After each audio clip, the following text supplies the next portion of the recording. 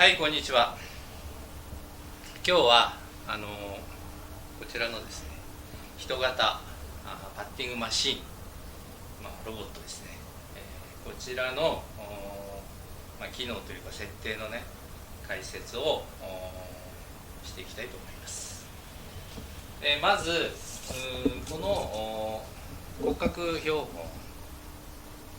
を元にしてですね、人間のパッティングストロークを想定して、構えが取れて、そして実際にストロークもできると、こちらの精密なコアの部分に比べると、若干ですね、精度は落ちますが、それでもね、その人間の形、骨に合わせて、どこが動いて、それでどういうストロークがされるのかということをね解明していくためにこういったものを作りました。で今この骨格標本は、身長175センチ、関節とのですねジョイント部分をどう捉えるかがありますが、175センチということで、実はですねこの前傾姿勢、構え、等をですね、こちらの方タイガー・ウッズさんですね。タイガー・ウッズさんの画像からですね、個の視点を大体ですねこの体軸の胸骨と背骨の間ぐらいですね、この真ん中ぐらいに体軸というものを想定して、そことの距離を大体ですね、135から140あると想定しまして、あちらの模型ね、セッティングはされてます。でタイガーの特徴としてですね、目の真下にボールが来てないんですよ。ちょうど目の真下にパターヘッドのヒール部分、ネックの部分が来てます。これタイガーの特徴です。これ全ての構えにおいてそうで、これはですね、例えばこのセベリアのバレステロスも同じですね。目の真下にボール来てません。ヒール、パターヘッドのヒール、目の真下よりもちょっと前出てる。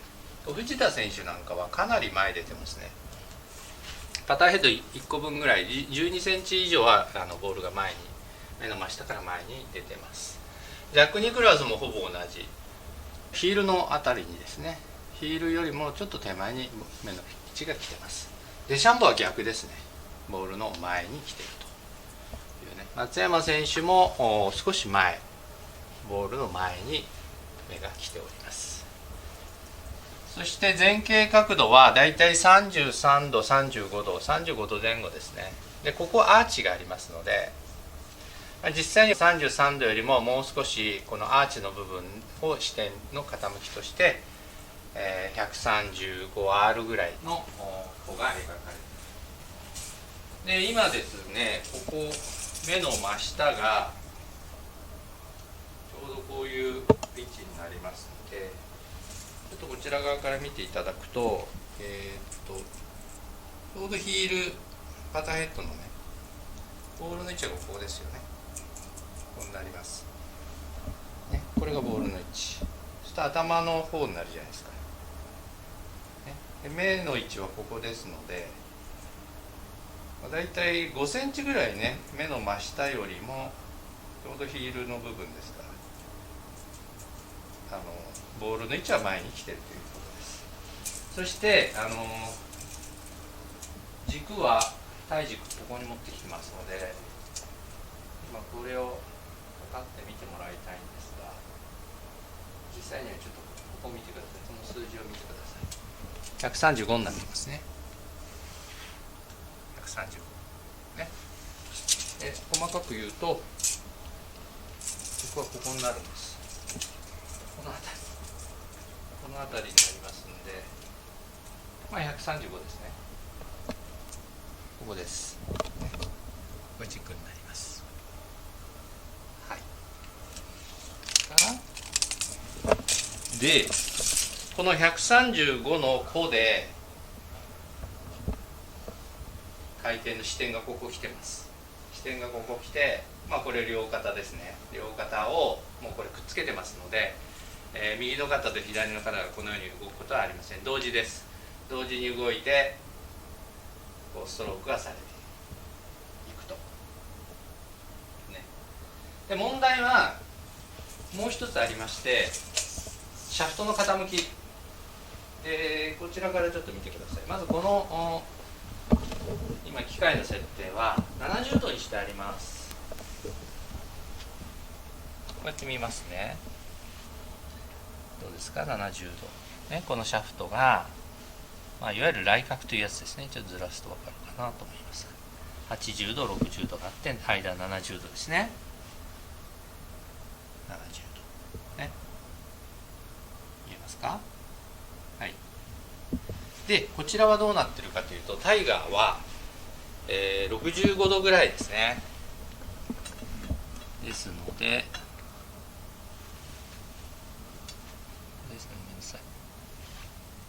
このぐらいで取れますか。65度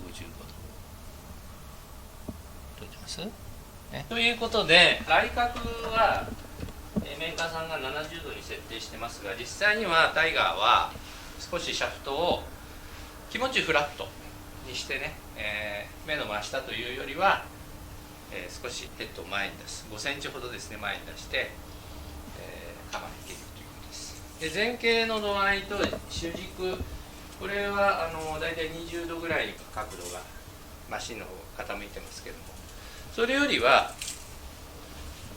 こちらの方が少し起きてますね。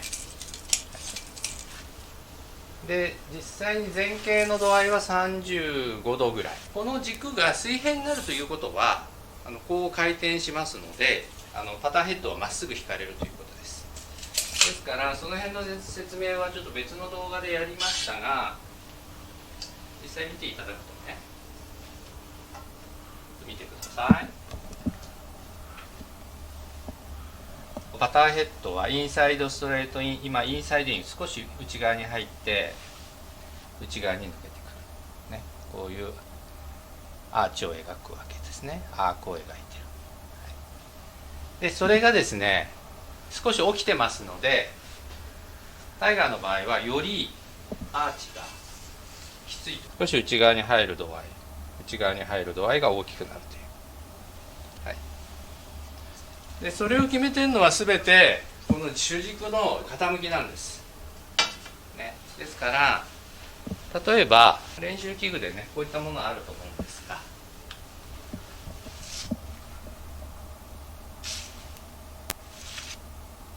ほぼほぼね、どうですか、ほぼほぼ線通り、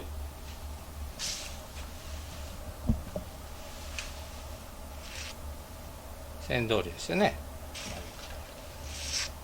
インサイドの手前で、これを決めてるのは軸が20度だからということですね。ほぼ20度、ね、でそれよりも軸が立ってくると、これを見てくださ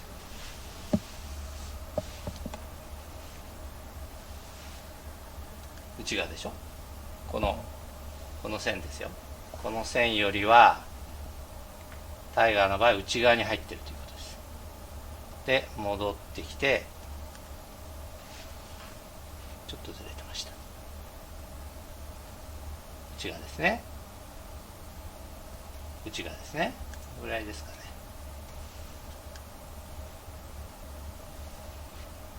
このぐらいですかね。すいません。少し内側です。少し内側です。ね。はい。ですのでこういうのよくありますが、必ずしもこれはね正解ではないということを言いたいんです。でこういったものもあります。これが角度でいうところの80度近いですね。80度近いです。80度に限りなく近い、78度ぐらいということですよね。はい、ということは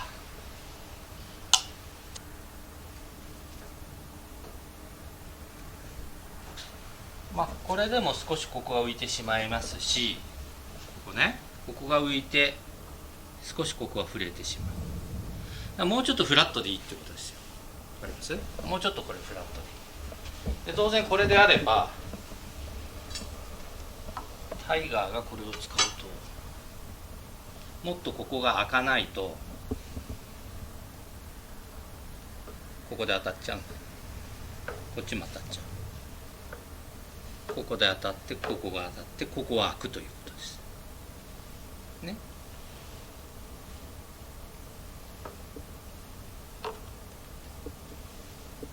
わかります？もう少しですからこれを傾けたいということです。はい、さらにね、正面から見ていきましょう。はい、今ねこの機械の設定、10度のマイナスにしてあります。ここが0ですから、ここ0ですね。0からアップで見てってください。はい、10度ですね。ちょっと遠目で見てください。中心線から見ても、ね、ハンドファーストになっていると思います。でタイガーのように普通のグリップですと、左手が上に来て右手が下ですよね。そうするともう肩の高さが変わるっていうこと分かります？構えた時点から肩は平行じゃないんです。左肩上がり、手の位置が変わるから肘の位置も変わる、ね、そうするとこのキャメロンのパターで今ねヘッドがだいたい最下点で地上12ミリぐらい浮くようにセッティングされてますが、今ここ10度にしたとしてもね、こう最下点はこの辺で結局ねシャフトが今この辺りでちょっと遠目から見ていただくとこの辺りで垂直になるんですよ。この辺りかな、ね、この辺りで垂直になると思います。シャフト全体に水線からこ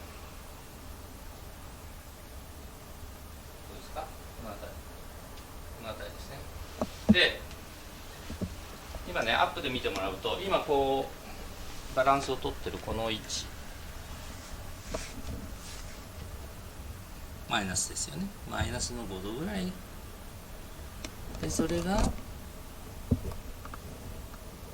この位置ぐらいに来てまだマイナスですね。マイナス2ぐらいですね。でこの辺でプラマイ0ね。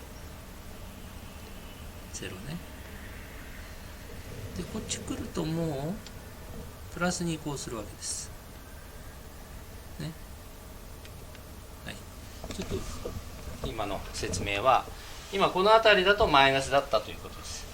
まあ、当然ですよね。これね3度のパターで10度こちらをねハンドファーストにしてますので、いくら左肩が上がってるとはいえさすがにこれではマイナスの結構大きかったですね。これね3度4度ぐらいです。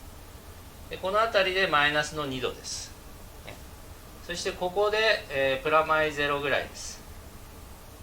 でここでもうプラスの3度です、ね、ですので、今からいろいろなポジションでねボールのポジションで球を打っていきたいと思いますので、それでよくマイナスで打つとね、バウンドするんじゃないかっていうことをねよく言われて、いやそうじゃないんですよっていう話をしてるんですが、やっぱり見てもらうのが一番いいと思うんで、実際にタイガー・ウッズはこれタイガー・ウッズの足ですが4度のね頃のパターを使ってたキャメロンですけれども、その時代にマイナス6で構えてるデータがあります。ここねマイナス6ということはおそらくマイナス2度からマイナス3度の構えを取っていたということが言えます。それからまあ他の動画でも言いましたが、やはりパターがうまい日本のね代表格として池田勇太プロなんかも、これを見ていただくとね、この当時プラス2度のロフトのパターを使ってたという情報がありましたが、実際にはねマイナス7度近いところ 9.7 センチハンドファーストなんですよ。マイナス7度近く構えてるということはインパクトロフトはマイナス5に近いということなんですね。はい、それ以外にも多くのプロがマイナスでね、構えていますので、マイナスですごく右の方に置いて上から打ち込んでしまいますとそれはバウンドしますが、マイナスインパクトでもこう最終的に左の肩をこう人間の体の構造上ですね、こう上げるようにしてアッパー気味に持っていくと、最下点のちょい手前ぐらいでもボールはさほどですね、これ今マイナス2のところ、そして0、プラマイ0からマイナス1、ね、であってもボールは弾みません、ね、ですからその辺を見てください。でタイガーはね、ボールの位置はね、前回のこの古いやつでは真ん中なんですが、ここではね真ん中よりちょっと左なんですよ。なのでアッパーにね打つ時もあるんです。その時のイメージがあるんでしょうね。上りか下りかも違うと思います。なので、そのグリーンの重さなんかもあると思うんですが、実際にはこうアーチを描いてしまいますので、ボールの人ですね、微妙にセットをし直さなきゃいけませんから、今0ですね。0からマイナス1ぐらい。はい、きれいに入ってます。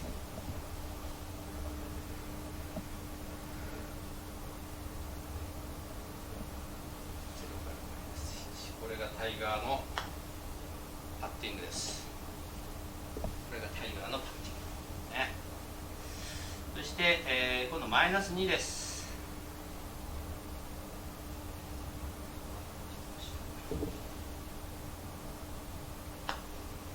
全然弾まないでしょ。回収しますね。全然弾まない。マイナス2、ね、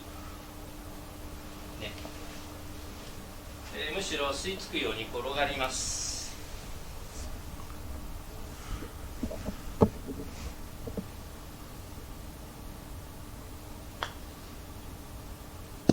マイナス2です。全然バウンドしませんよ。もう一回マイナス2いきますか。マイナスよりもね、むしろね、プラスの方が問題が大きい。はい、マイナス2です。で今度プラス3でいきます。つまりリアルロフト。プラス3です。ほら、こういうことが起きるんですよね。ポンポンって弾んだでしょ、今ね。プラスロフト。いきますよ。プラスですよ、これね。一番右側に置いてます。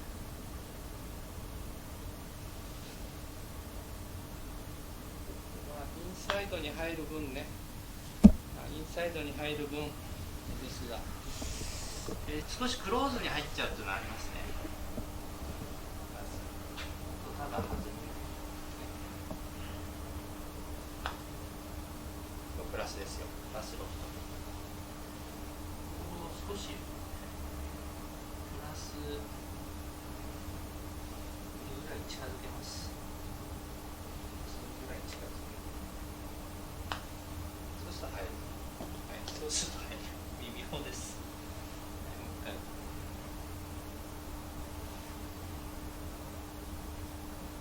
プラス2ぐらいです。ね、プラス2ぐらいだと全く問題ない。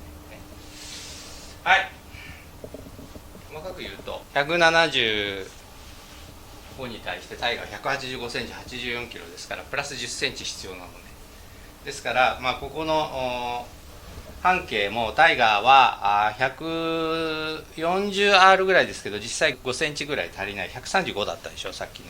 なのでここに関しては気持ち鋭角的になりますが、ほぼほぼタイガー、ほぼほぼタイガーの前径角33度から35度、ね、軸はこの辺りを軸として、でタイガーはフォロービタ止めですよ。これ今ただの振り子のものですから、タイガーは2対1ぐらいこの辺でビタッと止めます。それでビタッと止めるためにものすごいです。ベンチプレスを相当なね、100キロ近くのベンチプレスを上げると聞いてますが、何のためにやるかっていったらパッティングのためにやるって言ってますから、つまり胸の肉にしっかり力を入れて、両肩を、背中にも入れてると思います。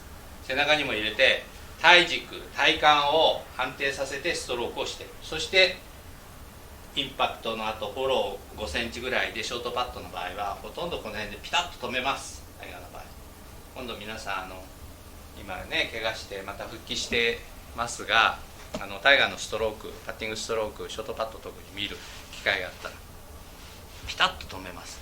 ピタッとフォローでね、見ていただきたいんで、それはこの、ロボット君もできませんが、またそれもできる機械を開発しましたので、それはそれでねまたご紹介したいと思います。